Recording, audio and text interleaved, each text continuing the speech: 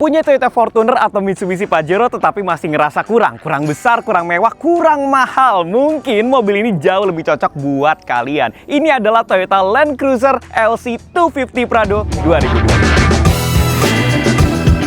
Oke, mungkin ada beberapa kebingungan mengenai Land Cruiser. Itu ada yang bentuknya seperti ini, ada yang bentuknya cukup lebih besar dan lebih membulat, ada lagi yang bentuknya sangat luas sekali. Jadi lebih baik kita jelaskan dulu di sini kira-kira ini adalah Toyota Land Cruiser apa dan sebenarnya Land Cruiser itu serinya seperti apa. Jadi ternyata Land Cruiser itu dibagi menjadi 3. Yang pertama adalah light duty, yang kedua adalah heavy duty, dan yang ketiga adalah station wagon. Nah, Land Cruiser yang beredar di Indonesia, teman-teman, yang dijual secara resmi oleh ATPM dari Toyota adalah Land Cruiser yang berjenis station wagon alias Land Cruiser LC 300 yang bentuknya seperti ini. Nah, di luar negeri ada yang namanya Light Duty Series, yaitu LC Prado. Atau yang sebelumnya di Indonesia pun juga sudah ada LC Prado. Ini adalah versi terbaru dari LC Prado tersebut dalam generasi Light Duty. Lantas apa yang Heavy Duty, teman-teman? Jadi kalau Heavy Duty itu sendiri adalah Land Cruiser yang memang untuk diperuntukkan kerja berat. Jadi dia tidak memiliki fitur-fitur yang mewah, kemudian performanya hanya cukup untuk kerja berat, dan dia itu sangat robust. Jadi tidak rusak, tidak apa. Dan itu adalah Land Cruiser 70 series yang sampai detik ini masih dijual, teman-teman. Seharga yang sangat mahal, namun dengan teknologi yang sudah lama sejak tahun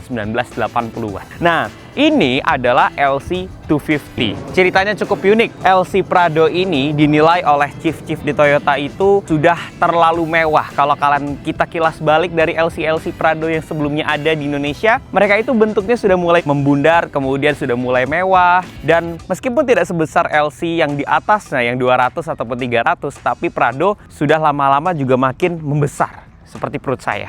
Akhirnya dinilai oleh chief di Toyota, itu mobil ini terlalu mewah dan tidak balik ke fitrahnya. Maka dari itu untuk yang LC250 ini itu diperintahkan oleh petinggi-petinggi Toyota untuk dibuat kembali lagi. Dia itu bisa untuk off-road, pas juga untuk dipakai sehari-hari tapi tidak semewah yang station wagon, dan akhirnya lahirlah LC250 dengan bentuk seperti ini, teman-teman. Nah, sekarang kita akan bahas sedikit mengenai eksteriornya. Jadi LC250 yang ada di samping gue ini adalah tipe Altitude. Tipe Altitude ini adalah tipe tertinggi kedua setelah Land Cruiser Kakadu. Sama seperti kalau di Fortuner kalian punya GR Sport. Nah, mungkin ini adalah VRZ. Tapi kalau misalkan VRZ itu sedikit lebih mewah, kalau Altitude ini adalah lebih off-roadnya. Dia itu punya velg yang kecil 18 inch dibandingkan dengan Kakadu di 20 inch. Kemudian bannya pun juga ban tahu yang all terrain. Dan tidak ada di Kakadu karena Kakadu itu speknya sebenarnya lebih ke mobil yang mewah. Bagian depan dari Toyota LC250 ini benar-benar merepresentasikan mobil yang sangat kuat sama seperti bagian sampingnya. Nah, teman-teman, yang unik dari mobil ini adalah bagian dari bumper ini tuh bisa dicopot. Jadi dia itu modular. Bayangkan kalau kalian itu menabrak atau ada bersenggolan di bagian kiri, tengah, atau kanan, dan kalian mau membetulkan tapi tidak perlu untuk dicopot semuanya,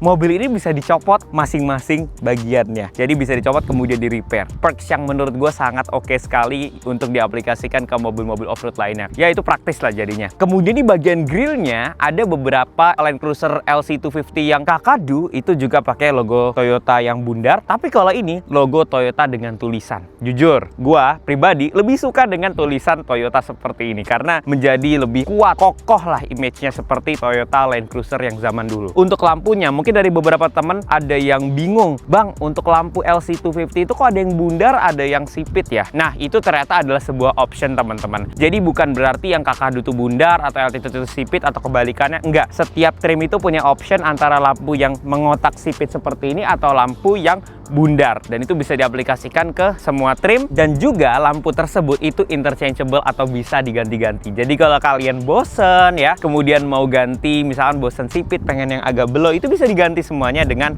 baik. Jadi mobil ini modular.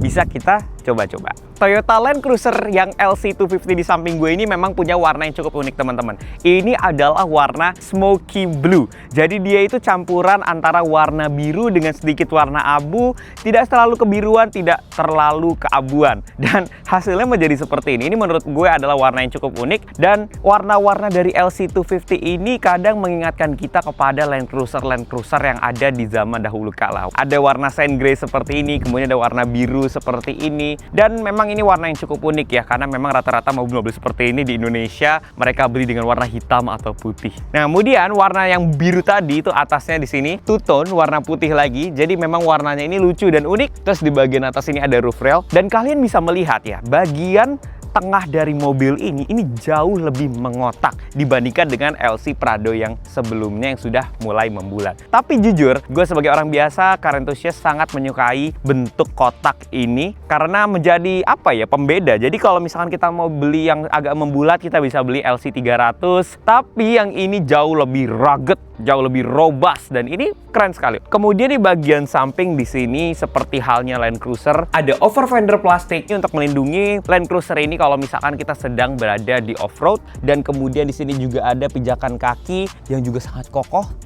Semua mobil ini tuh didesain fungsionalitas. Kalian juga bisa lihat di sini, spionnya ini besar sekali teman-teman, kotak dan besar sekali. Tapi meski seperti itu, sudah dilengkapi dengan fitur-fitur yang kekinian seperti ada blind spot monitoring di spionnya. Nah, kita buka dulu kap mesin dari Land Cruiser 250 ini. Dia seperti SUV pada umumnya, cukup berat dan dia belum ada pegas ya. Nah, mesin dari Land Cruiser 250 ini adalah mesin yang sama ditemukan tapi tidak persis ya di Toyota Fortuner 2.8. Ini adalah mesin 1 GD FTV 2800 cc inline 4 DOHC turbo diesel. Nah, membedakannya dengan Toyota Fortuner adalah di Land Cruiser ini dia itu punya sistem mild hybrid 48 volt yang sebenarnya hanya membantu sedikit untuk efisiensi dan tidak terlalu membantu di dalam power. Powernya sendiri kalau di atas kertas itu sama dengan Toyota Fortuner teman-teman, 204 HP dan 500 Nm, sama persis kan? Tetapi sebenarnya saat gue mencoba mobil ini terasa lebih kencang. Tidak dalam margin yang banyak, tapi terasa lebih kencang dibandingkan dengan Fortuner. Meskipun dengan bentukan yang mungkin lebih robust dan lebih gagah gitu ya. Apakah itu efek dari mild hybridnya? Mungkin tidak terlalu percaya diri ya. Agak meragukan bahwa mild hybrid itu bisa memberikan dorongan sebesar itu. Mungkin ada sesuatu hal yang dibedakan oleh Toyota, tidak dituliskan atau tidak dicantumkan di atas spec sheet-nya. Mesin itu disambungkan ke transmisi yang berbeda dengan Toyota Fortuner teman-teman. Kalau Toyota Fortuner kita punya transmisi 6 speed otomatis, ini transmisinya 8 speed otomatis. Jadi mobil dengan torsi yang cukup besar di 500 Nm disambungkan ke transmisi yang lebih menawarkan rasio yang banyak, yaitu ada 8 speed, bisa jadi menjadi alasan kenapa mobil ini lebih enak dibandingkan dengan Toyota Fortuner. Bahkan di luar negeri ada yang versi bensin ya teman-teman. Bensinnya pakai 2 TRV atau 2700 cc inline 4 DOHC. Nah, tapi mungkin yang dimasukkan oleh importer umum ke Indonesia bukan yang itu, melainkan yang 2.8. Tapi jangan pakai biosolar yang ini.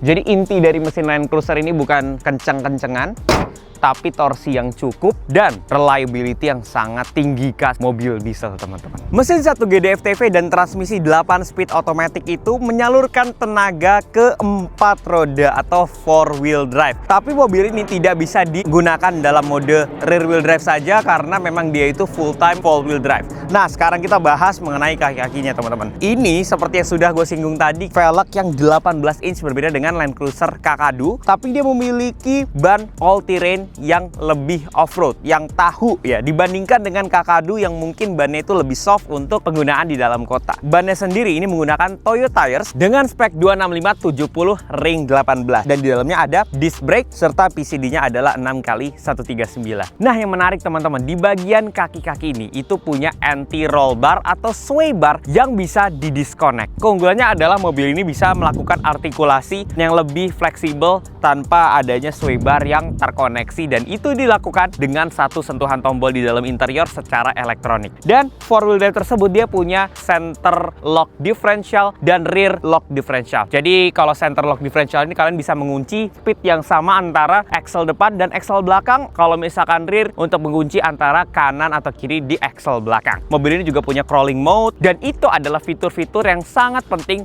kalau kalian pengen membawa Land Cruiser Prado ini ke tempat yang semestinya menjadi habitatnya, alias off-road. Kesan mengotak juga sampai ke bagian belakang. Kalian bisa lihat di sini lampunya itu vertikal, dan kemudian di sini kalian bisa lihat ada tulisan altitude. Ini adalah trim dari mobil ini. Sebenarnya tidak terlalu banyak yang terjadi di dalam bodi belakang ini. Paling kalau di sini kalian bisa lihat ada suatu cover atau hook terang belakangnya otomatis.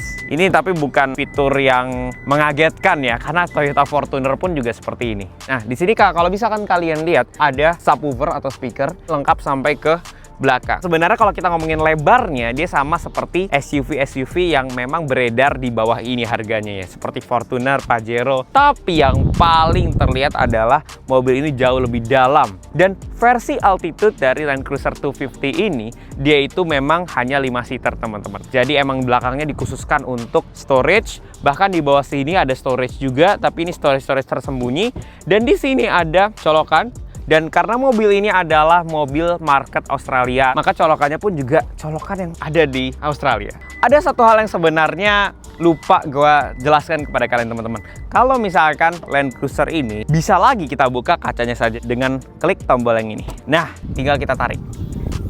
Dan untuk barang-barang yang mungkin ingin kita ambil atau kita taruh tanpa membuka si terang yang belakang ini, bisa kita lakukan melalui kacanya yang bisa ditutup dan bisa dibuka ini. Di tengah sini ini ada satu kamera kecil. Fungsinya bukan untuk kamera mundur atau apa, tetapi berfungsi sebagai pengganti kaca spion tengah yang nanti juga bisa diaktifkan dari dalam. Untuk menutupnya tetap harus didorong. Dah. Sudah selesai. Oke, kita sekarang mau masuk ke dalam interior dari Toyota Land Cruiser Prado 250. Bisa pegangan ke sini, naik begitu seperti layaknya SUV pada umumnya, dan pijakan kaki di samping ini sangat-sangat membantu. Nah, kita akan membahas interiornya. Sekarang kita nyalakan dulu. Ini kunci dari Toyota LC250 Prado. Mobilnya sudah keyless pastinya karena mobil baru. Dan pertama kali dinyalakan, yang paling ketara adalah getarannya, sama persis dengan Toyota Fortuner. Getaran-getarannya itu sama persis. Kemudian yang paling membedakan adalah dia itu punya memory seat dan juga memori dari settingan setir ini. Nah, biar tidak panas, kita nyalakan dulu AC-nya. Desain dari dashboard Toyota Land Cruiser LC250 ini menurut gue adalah salah satu desain yang practicality, functionality, dan kokohnya itu dapat semua. Mengotak, tapi mengotaknya pun juga tidak terlalu over. Jadi masih senada dengan eksteriornya. Kalau kalian lihat di sini itu dashboardnya full soft touch, dan soft touch-nya pun juga sangat-sangat tebal sekali. Sampai ke bagian atas ini empuk-empuk semua. Jadi memang mobil yang dipasarkan dengan harga yang cukup mahal sudah pasti memiliki interior seperti ini. Mobil ini by the way di Australia itu sekitar 110.000 USD ya. Nah, setirnya dia punya logo Toyota yang huruf sama seperti di bagian luar. Kemudian di sini ada tombol-tombol nih untuk cruise control, untuk mode, dan di sini untuk menu serta volume. Di belakang setir ini ada digital cluster teman-teman. Itu bisa menampilkan banyak sekali informasi. Bahkan kalau misalkan kita mau ganti mode berkendaranya dari sport, normal, eco, dia juga memiliki grafis yang menurut gua bukan yang paling sophisticated, tapi sangat-sangat cukup. Kalau misalkan kita ganti mode untuk off-roadnya, ada mud, sand, dirt, auto, bahkan deep snow. Jadi mobil ini punya kemampuan untuk berkendara di salju yang dalam. Nah, semua tadi itu dikontrol di bagian sini. Ada mode select tergantung dengan apa yang sedang kita klik di sini teman-teman. Pindah drive mode yang seperti tadi gue bilang. Kemudian di sini ada MTS itu untuk off-roadnya. Jadi ada mud, sand, dirt, dan juga deep snow. Dan di bawah ini adalah mode DAC atau crawling. Jadi crawling itu ketika kita sedang melakukan off-road dan sedang turunan, dia itu bisa crawling dengan pelan-pelan. Teman-teman, kalau kita lihat ke bagian samping ini, ada suatu hal yang sangat saya suka sekali, yaitu adalah AC-nya. Tidak seperti mobil-mobil zaman sekarang yang mungkin dia itu touch capacitive atau dikontrolnya harus dari infotainment system, tapi dia itu semuanya tombol-tombol. Ini AC-nya dual zone, bisa kita turunkan suhunya, naikkan fan-nya, auto. Itu semua pakai tombol-tombol. Nah, Di sini di atas bagian AC kalian juga bisa lihat kalau ada ventilated seats, kemudian ada heated seats juga karena mobil ini balik lagi dijual di Australia, dan di sini ada heated steering wheel. Jadi kalau kita lagi berkendara di luar negeri butuh setir yang lebih hangat karena pasti di luar ketika lagi winter tuh kan sangat dingin ya, maka dibutuhkan heated steering wheel. Nah, masuk ke bagian tengah teman-teman. Ini bagian yang sangat besar dan sangat kompleks. Tengah depan sini ada beberapa tombol, ini untuk kamera 360, kemudian di sini ada USB Type-C, ada 1, 2, 3, yang satu untuk USB, yang dua untuk melakukan charging, dan yang satu lagi ada HDMI. Dan di sini wireless charging, dia akan melakukan charging right away. Di belakang shifter yang sangat kokoh ini ada konfigurasi dari drivetrain-nya teman-teman.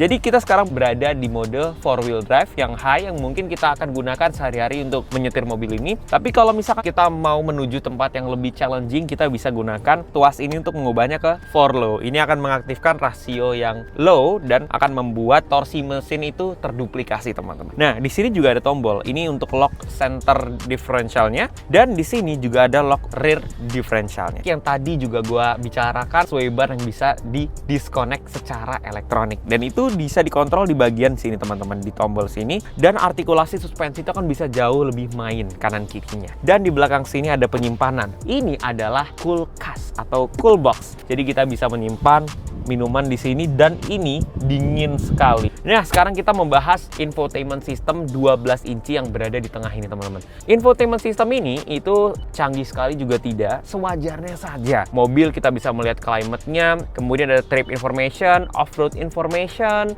Nah, kalian bisa lihat kita lagi ada di mode H4, kita bisa masuk ke mode 4 low sekarang. Nah, kemudian di sini ada accelerator, brake, semuanya itu bisa dilihat derajat artikulasi kemiringan mobil kanan kiri dan depan belakang. Jadi informationnya itu semuanya lengkap teman-teman. Nah, tapi kalau kita ngomongin media, dia itu ya sewajarnya zaman mobil zaman sekarang ya. Ada Apple CarPlay, ada Android Auto, radio dan kawan-kawannya. Nah, sekarang kalian lihat di atas ini ada spion tengah, digunakan untuk spion tengah. Tapi ketika kita tarik tombol ini, dia itu menjadi kamera rear view mirror yang tadi gua tunjukkan berada di bagian belakang. Dan resolusinya bagus sekali teman-teman. Pindah ke bagian atas, kita bisa melakukan tilting dari sunroofnya, bisa kita tutup, bisa kita buka, total seperti ini. Dan itu saja, mobil ini utilitarian, terkesan canggih, nyaman, tapi mobil ini didesain sewajarnya saja, secukupnya saja untuk melakukan tugas transportasi on-road maupun off-road. Di row kedua dari Land Cruiser LC250 Prado Altitude ini ternyata bukan tempat yang menyeramkan teman-teman. Banyak sekali SUV di luar sana, mereka itu punya headroom dan juga legroom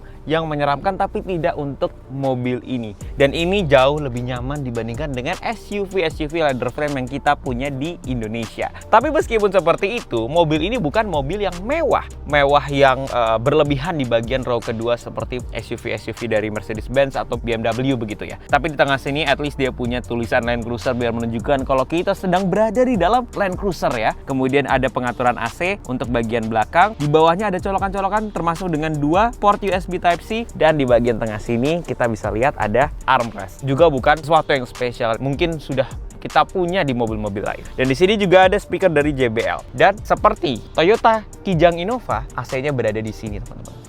Oke, sekarang kita sedang berkendara di Land Cruiser LC250 Prado Altitude 2025. Dan kesan pertama yang pertama kali gua rasakan adalah mobil ini sangat empuk. Iya, suspensi mobil ini itu benar-benar menunjukkan bahwa mobil ini siap untuk off-road. Tapi dia itu sangat dewasa. Barusan gue tadi ada di dalam daerah di Peak 2 yang dimana dia itu agak sedikit berpasir dan berbatuan. Setelah kita masuk ke dalam jalanan aspal yang halus seperti ini, semuanya itu bisa dirasakan dengan sangat baik. Dan itu dari sisi suspensi teman-teman. Kalau dari sisi mesin, mobil ini mirip sekali dengan Toyota Fortuner 2.8. Jadi rasa-rasanya, getaran-getarannya, atau bahkan sedang akselerasi ada sedikit getaran itu terasa. Dan sekarang kita mau mencoba akselerasi dari Land Cruiser Prado 250 ini.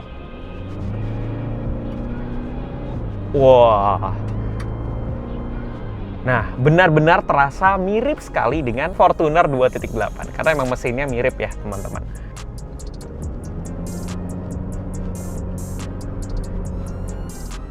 Torsinya terasa instan, khas mobil diesel. Dan teman-teman, dengan melihat semua mode berkendara dan interior yang ditawarkan, mobil ini terasa mewah dan canggih, tapi tidak yang terlalu over. Nah, di sini gue sedang berkendara menggunakan mode yang biasa.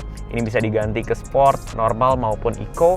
Dan kedinamisan dari sasis, dari suspensi, dari mesin itu semuanya bisa diatur dengan mode berkendara tersebut. Kita juga ada MTS atau yang bisa disebut off-road. Dan teman-teman, lucunya mobil ini punya heated steering wheel. Jadi sekarang ini di suhu yang sangat tinggi di peak 2, gua itu bisa merasakan setir yang hangat. Ini memang janggal ya, kita nggak bakal pakai fitur ini. Kembali lagi karena mobil ini adalah mobil Australian domestic market. Jadi memang mobil ini memiliki fitur-fitur yang biasanya berada di mobil-mobil Australia. Nah, kemudian untuk bicara maneuverability, mobil ini meskipun besar tapi kembali lagi size-nya masih di bawah LC300 ya. Dan kedua, kamera 360-nya itu benar-benar bisa membantu gua untuk manuver dengan baik. Pencet ini ya, ada view dari kamera 360. Nah, dia bahkan di dalam kamera 360 dia itu punya kamera lagi di bawah mobil, sehingga dia bisa melihat bagian kaki atau kolong dari mobil. Jadi di kolong itu misalkan kita melangkahi sesuatu itu bisa terlihat, teman-teman. Bahkan dia blind spot monitornya juga agak rewel, jadi membuat kita tuh menyetir itu pede. Untuk berbicara posisi duduknya, mobil ini tinggi ya, layaknya sebuah SUV besar gitu ya. Meskipun SUV-nya tinggi dan commanding, tapi ruang di dalamnya pun juga ikut besar di Land Cruiser Prado ini. Jadi tidak seperti SUV, tidak seperti Pajero atau Fortuner, dia itu kecil ruangnya. Meskipun tinggi,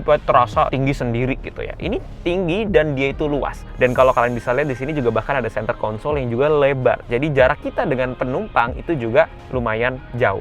Dan mobil ini menurut gue memberikan kenyamanan yang sangat-sangat oke untuk SUV ya. Radius putaran tidak terlalu besar, kemudian setirnya itu sangat enteng. Ini setirnya enteng sekali untuk mobil sebesar ini. Karena mobil ini sudah pakai electronic power steering. Jadi ini adalah salah satu Land Cruiser dengan power steering elektronik. Memang ada pro kontra mengenai power steering, apakah harus seringan ini, tapi ya menurut gue untuk mobil yang dikemudikan sehari-hari, dan ini pun sangat umum di Australia, cukup enak dikendalikan dan dimanuver, apalagi untuk di parkir. Nah, kemudian teman-teman, gue itu bisa memposisikan mobil ini sebagai adiknya Land Cruiser 300. Tetapi gue juga bisa memposisikan mobil ini sebagai mobil off-road harian praktis, yang dibilang besar banget juga enggak, tapi pas ya untuk harian.